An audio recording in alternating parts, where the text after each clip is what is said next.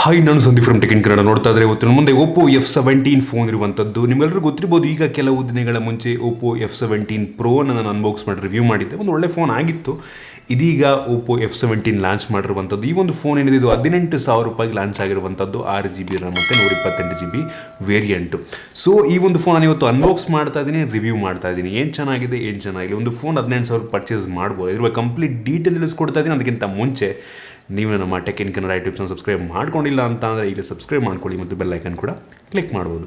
ಮೊದಲದಾಗಿ ಒಂದು OPPO F17 ಫೋನನ್ನು unbox ಮಾಡೋಣ. ನೋಡ್ತಾ ಇದ್ರೆ ಒಂದು ಬಾಕ್ಸ್ ನಿಮಗೆ ಈ ರೀತಿ ಸಿಗ್ತಾ ಇರುವಂಥದ್ದು. ಒಂದು ಒಳ್ಳೆ ಕ್ವಾಲಿಟಿಯ ಬಾಕ್ಸ್ ಇದಾಗಿರುವಂಥದ್ದು. ಈ ಒಂದು ಬಾಕ್ಸನ್ನು ಓಪನ್ ಮಾಡಿದ್ರೆ ಕಟ್ ಮಾಡಿಬಿಟ್ಟು ಸ್ಲೈಡ್ ಮಾಡಬೇಕಾಗತ್ತೆ, ಆಯಿತಾ. ಅದಾದ ನಂತರ ನಿಮಗೆ ಆ್ಯಕ್ಚುಯಲ್ ಬಾಕ್ಸ್ ಸಿಗುತ್ತೆ. ಈ ಒಂದು ಬಾಕ್ಸನ್ನು ಓಪನ್ ಮಾಡಿದ ತಕ್ಷಣ ಗಮನಿಸ್ತಾ ಇದ್ದೀರಾ, ನಿಮಗೆ ಡೈರೆಕ್ಟಾಗಿ ಈ ಒಂದು ಫೋನ್ ಸಿಗ್ತಾ ಇರುವಂಥದ್ದು. ಈ ಒಂದು ಫೋನನ್ನು ಪಕ್ಕಕ್ಕಿಟ್ಟು ಬೇರೆ ಏನೆಲ್ಲ ಇದನ್ನು ಚೆಕ್ ಮಾಡೋದ್ರೆ ಅದ್ರ ಕೆಳಗಡೆ ಇನ್ನೊಂದು ಸಣ್ಣ ಬಾಕ್ಸ್ ಇರುವಂಥದ್ದು. ಅದರೊಳಗೆ ನಿಮಗೆ ಸಿಮ್ ಎಜೆಕ್ಟರ್ ಪಿನ್ ಇರುವಂಥದ್ದು, ಒಂದು ಎಕ್ಸ್ಟ್ರಾ ಟ್ರಾನ್ಸ್ಪರೆಂಟ್ ಬ್ಯಾಕ್ ಕವರ್ ಇರುವಂಥದ್ದು, TPU ಕವರು ಮತ್ತು ಯೂಸರ್ ಮೇನಲ್ಲೂ quick start guide, warranty card ಎಲ್ಲ ಇದರೊಳಗೆ ಸಣ್ಣ ಬಾಕ್ಸಲ್ಲಿ ಇರುವಂಥದ್ದು. ಅದನ್ನು ಬಿಟ್ಟರೆ ಈ ಒಂದು ಬಾಕ್ಸ್ ಒಳಗೆ ಗಮನಿಸ್ತಾ ಇದ್ರೆ 30 ವ್ಯಾಟ್ನ ಫಾಸ್ಟ್ ಚಾರ್ಜಿಂಗ್ ಅಡಾಪ್ಟರ್ನ ಬಾಕ್ಸ್ ಒಳಗೆ ನೀಡಿದರೆ ಒಂದು ಒಳ್ಳೆಯ ವಿಷಯ ಅಂತ ಹೇಳೋದಕ್ಕೆ ಇಷ್ಟಪಡ್ತೀನಿ. 30 ವ್ಯಾಟ್ ಒಳ್ಳೆಯದು. ಮತ್ತು ನಿಮಗೆ ಇದರ ಜೊತೆಗೆ ಒಂದು USB Type-C ಡಾಟಾ ಕೇಬಲ್ ಇಡಿರುವಂಥದ್ದು. ಸೊ ಗೊತ್ತಾಗ್ತದೆ ನಮಗೆ ಈ ಒಂದು ಫೋನಲ್ಲಿ USB Type-C ಪೋರ್ಟ್ ಇರುವಂಥದ್ದು. ಜೊತೆಗೆ ಅಪರೂಪದಂಗೆ ಈ ಒಂದು ಬಾಕ್ಸ್ ಒಳಗೆ ಹೆಡ್ಫೋನ್ 3.5mm ಹೆಡ್ಫೋನ್ ಜಾಕನ್ನು ಹೊಂದಿರುವಂಥ ಹೆಡ್ಫೋನನ್ನು ಬಾಕ್ಸ್ ಒಳಗೆ ನೀಡಿದ್ದಾರೆ. ಸೊ ಗೊತ್ತಾಗ್ತದೆ 3.5mm ಹೆಡ್ಫೋನ್ ಜಾಕ್ ಸಹ ಈ ಒಂದು ಫೋನ್ಲಿದೆ ಅಂತ ಒಂದು ಒಳ್ಳೆ ವಿಷಯ. ಅದನ್ನು ಬಿಟ್ಟರೆ ಬೇರೆನೂ ಸಹ ಈ ಒಂದು ಬಾಕ್ಸ್ ಒಳಗಿಲ್ಲ. ಇನ್ನು ಗಮನಿಸ್ತಾ ಇದ್ದರೆ ಡೈರೆಕ್ಟಾಗಿ ಈ ಒಂದು ಫೋನ್ ನಿಮಗೆ ನೋಡಿ ಸಿಗ್ತಾ ಇರುವಂಥದ್ದು. ಫಸ್ಟ್ ಲುಕ್ಕಲ್ಲಿ ಒಂದು ಪ್ರೀಮಿಯಂ ರೀತಿ ಅನ್ನಿಸ್ತಾ ಇರುವಂಥದ್ದು. ತುಂಬ ಲೈಟ್ ವೇಟ್ ಇದೆ. ಸೊ ಫಸ್ಟ್ ಲುಕ್ ಒಂದು ತುಂಬ ಇಷ್ಟ ಆಯಿತು ನನಗೆ. ಸೊ ಗಮನಿಸ್ತಾ ಇದ್ರೆ ಈ ಒಂದು ಬಾಕ್ಸ್ ಒಳಗಿರುವಂಥ ಕಂಪ್ಲೀಟ್ ಎಕ್ಸಸರೀಸ್ಗಳನ್ನು. ಮೊದಲದಾಗಿ ಈ ಒಂದು ಫೋನ್ನ ಡಿಸೈನ್ ಮತ್ತು ಬಿಲ್ಡ್ ಕ್ವಾಲಿಟಿ ಬಗ್ಗೆ ಮಾತನಾಡಬೇಕು ಅಂತ ಅಂದರೆ ಸರ್ಪ್ರೈಸಿಂಗ್ಲಿ ತುಂಬ ಲೈಟ್ ವೇಟ್ ಇದೆ. ಅಪ್ರಾಕ್ಸಿಮೇಟ್ಲಿ ಸುಮಾರು 162-163 ಗ್ರಾಮ್ ಇದೆ ಅಷ್ಟೇ. ಮತ್ತು 7.5 mm ತಿನ್ನಿರುವಂಥದ್ದು. ನಷ್ಟ ತಿನ್ನೆಷ್ಟು ಮೊಬೈಲ್ನ ಅನ್ಬಾಕ್ಸ್ ಮಾಡ್ತಿರುವಂಥದ್ದು ಅಂತ ಹೇಳೋದಕ್ಕೆ ಇಷ್ಟಪಡ್ತೀನಿ, ಆಯಿತಾ. ತುಂಬ ತಿನ್ನಿದೆ, ತುಂಬ ಲೈಟ್ ವೇಟ್ ಇರುವಂಥದ್ದು. ಒಂಥರ ಇಟ್ಕೊಳ್ಳೋಕ್ಕೆ ಒಂಥರ ಖುಷಿ ಆಗುತ್ತೆ, ಆಯಿತಾ. ಒಂದು ಪ್ರೀಮಿಯಂ ಫೀಲ್ ನಿಮಗೆ ಕೊಡ್ತಾ ಇರುವಂಥದ್ದು. ಇನ್ನೂ ಒಂದು ಫೋನ್ ಮುಂದಕ್ಕೆ ಬಂತು ಅಂದರೆ ಗಮನಿಸ್ತಾ ಇದ್ದರೆ ಟಿಯರ್ ಡ್ರಾಪ್ ನಾಚ್ ನಿಮಗೆ ಸಿಗ್ತಾ ಇರುವಂಥದ್ದು. ಮುಂದೆ ಆಲ್ಮೋಸ್ಟ್ ಎಲ್ಲ ಕಡೆ ಬೆಜೆಲ್ಲೆಸ್ ಇರುವಂಥದ್ದು. Full screen display. ಬೆಜೆಲ್ ಬಾಟಮಲ್ಲಿ ಸ್ವಲ್ಪ ಜಾಸ್ತಿ ಇದೆ ಅಂತ ಅನ್ನಿಸ್ತು. ಫ್ರಂಟಲ್ಲಿರುವಂಥದ್ದು ಗ್ಲಾಸು, ಆಯಿತಾ. ಬಟ್ ಯಾವ ಗ್ಲಾಸು ಅಂತ ಸ್ಪೆಸಿಫೈ ಮಾಡಿಲ್ಲ. ಇನ್ನು ಹಿಂದಕ್ಕೆ ಬಂತು ಅಂತಂದರೆ ನಿಮಗೆ ಒಂದು ಲೆದರ್ ರೀತಿ ಫಿನಿಶ್ ಸಿಗ್ತಾ ಇರುವಂಥದ್ದು, ಆಯಿತಾ. ಲಿಟರ್ ಲೆದರ್ ಅಂತ ಅನಿಸುತ್ತೆ, ಬಟ್ ಇದೊಂಥರ ಏನೋ ಡಿಫ್ರೆಂಟ್ ಮೆಟೀರಿಯಲ್, ಆಯಿತಾ. ಇದೊಂಥರ ಪ್ಲಾಸ್ಟಿಕ್ಕು ಅಲ್ಲ ಅನಿಸುತ್ತೆ ನೋಡೋದಕ್ಕೆ ಹೋದರೆ. ಫೀಲ್ ಒಂಥರ ಲೆದರ್ ಫೀಲೇ ನಿಮ್ಗೆ ಕೊಡುತ್ತೆ, ಆಯಿತಾ. ಸೊ ಮ್ಯಾಟ್ ಫಿನಿಶ್ ಆಗಿರೋದ್ರಿಂದ ನಿಮಗೆ ಸ್ಮಡ್ಜಸ್ ಆಗಿರ್ಬೋದು ಏನು ಬೀಳಲ್ಲ. ಸ್ಕ್ರ್ಯಾಚ್ ಆದ್ರೂ ಅಷ್ಟು ಗೊತ್ತಾಗಲ್ಲ. ಬಟ್ ಸ್ಟಿಲ್ ಬ್ಯಾಕ್ ಕವರ್ ಹಾಕೊಂಡ್ರೊಳಗೆ ಇವರೇ ಬ್ಯಾಕ್ ಕವರ್ ನೀಡಿದರೆ ಒಂದು ಒಳ್ಳೆ ವಿಷಯ. ನಿಮಗೆ ಹಿಂದ್ಗಡೆ ಕ್ವಾಡ್ ಕ್ಯಾಮ್ರಾ ಸೆಟಪ್ ಸಿಗ್ತಾ ಇರುವಂಥದ್ದು ಮತ್ತು ಒಂದು ಸಿಂಗಲ್ LED ಫ್ಲ್ಯಾಶ್ ಇದೆ. ಸೊ ನಿಮಗೆ ನೋಡ್ತಾ ಇದ್ದೀರಾ ಫಿಂಗರ್ ಪ್ರಿಂಟ್ ಸೆನ್ಸರು ಹಿಂದೆ ಇಲ್ಲ, ಸೈಡಲ್ಲೂ ಇಲ್ಲ. ಸೊ ಗೊತ್ತಾಗ್ತದೆ ಇದರಲ್ಲಿ ಇನ್ ಡಿಸ್ಪ್ಲೇ ಫಿಂಗರ್ ಪ್ರಿಂಟ್ ಸೆನ್ಸರ್ ಇರುವಂಥದ್ದು ಅಂತ ಒಂದು ಒಳ್ಳೆ ವಿಷಯ ಒಂದು ಪ್ರೈಸ್ ರೇಂಜಲ್ಲಿ. ಜೊತೆಗೆ ನಿಮಗೆ ಈ ಒಂದು ಫೋನಲ್ಲಿ USB Type-C ಆಗಲಿ ಹೇಳ್ದಂಗೆ ಮತ್ತು 3.5mm ಹೆಡ್ಫೋನ್ ಜಾಕ್ಸ್ ಇರುವಂಥದ್ದು. ಜೊತೆಗೆ ಡೆಡಿಕೇಟೆಡ್ SD ಕಾರ್ಡ್ ಸ್ಲಾಟ್ಸ್ ಇದೆ. ಒಂದು ಒಳ್ಳೆ ವಿಷಯ ನನಗೆ ಇಷ್ಟಪಡ್ತೀನಿ. ಈ ಒಂದು ಫೋನ್ನ ಫ್ರೇಮ್ ಇದೆ, ಒಂದು ಪ್ಲಾಸ್ಟಿಕ್ ಫ್ರೇಮ್ ಆಗಿರುವಂಥದ್ದು. ಅದೇ ಕಾರಣಕ್ಕೆ ತುಂಬ ಲೈಟ್ ವೇಟ್ ಇರುವಂಥದ್ದು. ತುಂಬ ಲೈಟ್ ವೇಟ್ ಇದೆ. ನನಗಂತೂ ತುಂಬ ಇಷ್ಟ ಆಯಿತು. ಓವರ್ ಡಿಸೈನ್ ಅಲ್ಟಿಮೇಟ್ ಅಂತ ಇಷ್ಟಪಡ್ತೀನಿ. ನನಗಂತೂ ತುಂಬ ಪ್ರೀಮಿಯಂ ಫೀಲ್ನ ಕೊಡ್ತಾ ಇದೆ, ಆಯಿತಾ. ಈ ಬ್ಯಾಕ್ ಕವರ್ ಏನಿದೆ, ಈ ಒಂದು ಬ್ಯಾಕ್ ಏನಿದೆ ಅಲ್ವಾ, ಡಿಫ್ರೆಂಟ್ ಡಿಸೈನಲ್ಲಿ ಬರುತ್ತೆ, ಆಯಿತಾ. ಈ ಡಿಸೈನ್ಗಿಂತ ಇನ್ನೂ 2 ಡಿಸೈನ್ಗಳಿದ್ದಾವೆ, ಗಮನಿಸ್ತಾ ತೋರಿಸ್ತಾ ಇದ್ದೀನಿ. ಸೊ ಅದು ಕೂಡ ಚೆನ್ನಾಗಿದೆ ನನಗೆ ಅನ್ನಿಸ್ದಂಗೆ. ಸೊ ಒಂದು ಪ್ರೀಮಿಯಂ ಫೀಲ್ ನಿಮಗೆ ಕೊಡ್ತಾ ಇರುವಂಥದ್ದು. ಡಿಸೈನ್ ಅಲ್ಟಿಮೇಟ್ ಮತ್ತು ಬಿಲ್ಡ್ ಕ್ವಾಲಿಟಿ ಅಲ್ಟಿಮೇಟ್. ಇನ್ನು ಈ ಒಂದು ಫೋನ್ ಇರುವಂಥ ಡಿಸ್ಪ್ಲೇ ಬಗ್ಗೆ ಮಾತನಾಡಬೇಕು ಅಂತಂದರೆ ಒಂದು ಫೋನಲ್ಲಿ 6.44 ಇಂಚಿನ ಫುಲ್ HD+ ರೆಸಲ್ಯೂಷನ್ ಹೊಂದಿರುವಂಥ AMOLED ಡಿಸ್ಪ್ಲೇ ಇರುವಂಥದ್ದು. ಈ ಒಂದು ಪ್ರೈಸ್ ರೇಂಜಲ್ಲಿ AMOLED ಡಿಸ್ಪ್ಲೇ ಇರುವಂಥದ್ದು ಸೂಪರ್ ಅಂತ ಹೇಳಕ್ಕೆ ಇಷ್ಟಪಡ್ತೀನಿ. ನನಗಂತೂ ತುಂಬ ಇಂಪ್ರೆಸಿವ್ ಅನ್ನಿಸ್ತು. ಡಿಸ್ಪ್ಲೇ ಕ್ವಾಲಿಟಿ ಅಲ್ಟಿಮೇಟ್ ಆಗಿದೆ, ತುಂಬ ಚೆನ್ನಾಗಿದೆ, ತುಂಬ ಚೆನ್ನಾಗಿದೆ ಡಿಸ್ಪ್ಲೇ ಕ್ವಾಲಿಟಿ. ಇದೊಂದು 60 ಹರ್ಟ್ಸ್ನ ಡಿಸ್ಪ್ಲೇ ಆಗಿರುವಂಥದ್ದು. HDR ಸಪೋರ್ಟ್ ಮಾಡಲ್ಲ, ಸೊ ಅಷ್ಟೊಂದು ಬ್ರೈಟ್ ಇರಲ್ಲ. ಸೂರ್ಯ ಬಿಸಿಲಿಗೆ ಹೋದ್ರೆ ಇದನ್ನು ಒಂದು ಸ್ವಲ್ಪ ಡಿಮ್ ಆಗ್ಬೋದೇನೋ, ಬಟ್ ಕಾಣುತ್ತೆ. ಬಟ್ ಅಷ್ಟೊಂದು ಒಂದು ಲೆವೆಲ್ಲಿಗೆ ತುಂಬ ಇಂಪ್ರೆಸಿವ್ ಅನ್ನಲ್ಲ, ಓಕೆ, ಒಂದು ಲೆವೆಲಿಗೆ ಕಾಣುತ್ತೆ, ಚೆನ್ನಾಗಿದೆ, ಪರವಾಗಿಲ್ಲ ಬಿಸಿಲಿಗೆ ಹೋದ್ರೂ. ಬಟ್ ಡಿಸ್ಪ್ಲೇ ಕ್ಲಾರಿಟಿ ಮಾತ್ರ ಸೂಪರ್ ಇದೆ ಅಂತ ಹೇಳಕ್ಕೆ ಇಷ್ಟಪಡ್ತೀನಿ. ವ್ಯೂಯಿಂಗ್ ಆ್ಯಂಗಲ್ಸು ಕೂಡ ತುಂಬ ಚೆನ್ನಾಗಿದೆ. ಸೊ ಡಿಸ್ಪ್ಲೇ ನನಗೇನು ಪ್ರಾಬ್ಲಮ್ ಇದೆ ಅಂತ ಅನ್ನಿಸ್ಲಿಲ್ಲ. AMOLED ಡಿಸ್ಪ್ಲೇ ಒಂದು ಒಳ್ಳೆ ವಿಷಯ. ಇನ್ನು ಈ ಒಂದು ಫೋನ್ ಇರುವಂಥ ವೇರಿಯಂಟ್ಗಳ ಬಗ್ಗೆ ಮಾತನಾಡಬೇಕು ಅಂತ ಸದ್ಯಕ್ಕೆ ಒಂದು ಫೋನ್ 2 ವೇರಿಯಂಟಲ್ಲಿ ಲಾಂಚ್ ಆಗಿರುವಂಥದ್ದು. ಒಂದು 6GB RAM ಮತ್ತು 128GB ಇಂಟರ್ಮೆಮೊರಿ, ಮತ್ತು ಒಂದು 8GB RAM ಮತ್ತು 128GB ಇಂಟರ್ಮೆಮೊರಿ. ಈ ಒಂದು ರ್ಯಾಮ್ ಏನಿದೆ ಇದು LPDDR4ನ ರ್ಯಾಮ್ ಆಗಿರುವಂಥದ್ದು. ಮತ್ತು ಸ್ಟೋರೇಜ್ ಯಾವ ಸ್ಟೋರೇಜ್ ಅಂತ ನನಗೆ ಅನ್ನಿಸ್ದಂಗೆ ಇನ್ನೂ ಸ್ಪೆಸಿಫೈ ಮಾಡಿಲ್ಲ ಅವರು, ಆಯಿತಾ.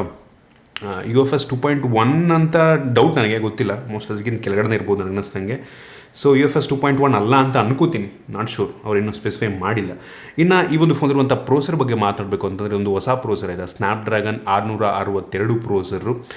ಅಂಥದ್ದು ಬೆಂಚ್ ಮಾರ್ಕ್ ಆಲ್ಮೋಸ್ಟ್ 1,40,50,000 ರೇಂಜಲ್ಲಿ ಅಂಥದ್ದು ಬೆಂಚ್ ಮಾರ್ಕನ್ನು ಈ ಒಂದು ಫೋನ್ ನೀಡುತ್ತೆ. ಇದೊಂದು ಮಿಡ್ ಆ್ಯಂಡ್ ಪ್ರೋಸರು, ತುಂಬ ಕೆಟ್ಟ ಪ್ರೋಸರ್ ಅಲ್ಲ, ತುಂಬ ಒಳ್ಳೆ ಪ್ರೋಸರ್ ಅಲ್ಲ. ಈ ಒಂದು ಪ್ರೆಸೆನ್ಸ್ಗೆ ಮಚ್ ಬೆಟರ್ ಪ್ರೋಸರ್ಗಳು ಸಿಗ್ತವೆ ನಿಮಗೆ, ಆಯಿತಾ.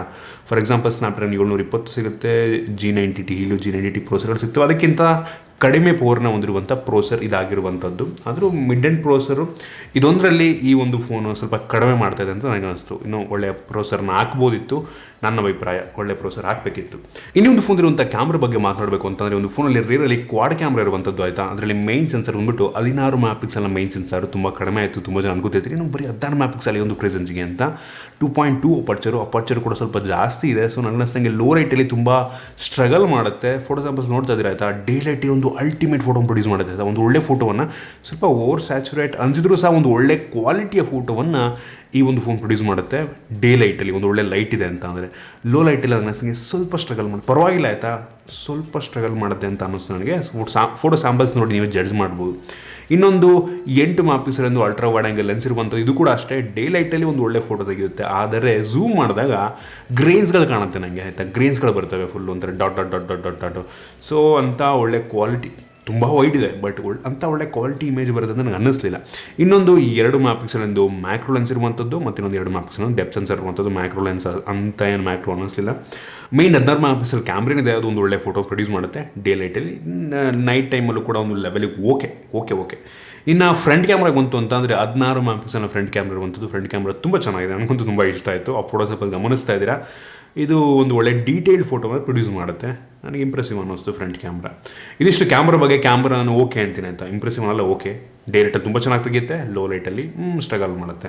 ಇನ್ನು ಈ ಒಂದು ಫೋನ್ನ ಸೆಕ್ಯೂರಿಟಿ ಬಗ್ಗೆ ಮಾತನಾಡಬೇಕು ಅಂತಂದರೆ ಒಂದು ಫೋನಲ್ಲಿ ಇನ್ ಡಿಸ್ಪ್ಲೇ ಫಿಂಗರ್ ಪ್ರಿಂಟ್ ಸೆನ್ಸರ್ ಇರುವಂಥದ್ದು ತುಂಬ ಫಾಸ್ಟ್ ಆಗಿದೆ, ಮತ್ತು ಫೇಸ್ ಅನ್ಲಾಕ್ಸ್ ಇರುವಂಥದ್ದು ಇದು ಕೂಡ ತುಂಬ ಫಾಸ್ಟ್ ಆಗಿರುವಂಥದ್ದು. ಇದೇನು ಪ್ರಾಬ್ಲಮ್ ಅಂತ ಅನ್ನಿಸ್ಲಿಲ್ಲ ನನಗೆ. ಇನ್ನು ಈ ಒಂದು ಫೋನ್ನ ಬ್ಯಾಟ್ರಿ ಬಗ್ಗೆ ಮಾತನಾಡಬೇಕು ಅಂತಲೇ ಒಂದು ಫೋನಲ್ಲಿ 4000 mAh ಕೆಪಾಸಿಟಿ ಬ್ಯಾಟ್ರಿ ಇರುವಂಥದ್ದು. ತುಂಬ ಕಡಿಮೆನಲ್ಲ, ತುಂಬ ಜಾಸ್ತಿನೂ ಅಲ್ಲ. 4500 ಇಡಬೇಕಿತ್ತು ಅಂತ ನನಗನ್ಸುತ್ತೆ. 4000 ನಾಟ್ ಬ್ಯಾಡ್ AMOLED ಡಿಸ್ಪ್ಲೇಗೆ. So 4000 okay. ಜೊತೆಗೆ 30 ವ್ಯಾಟ್ನ ಫಾಸ್ಟ್ ಚಾರ್ಜಿಂಗ್ ಅಡಾಪ್ಟರ್ನ ಬಾಕ್ಸ್ ಒಳಗೆ ಇಟ್ಟಿರೋದ್ರಿಂದ ಒಂದು ಒಳ್ಳೆ ವಿಷಯ, ತುಂಬ ಫಾಸ್ಟು ಕೂಡ ಚಾರ್ಜ್ ಮಾಡುತ್ತೆ.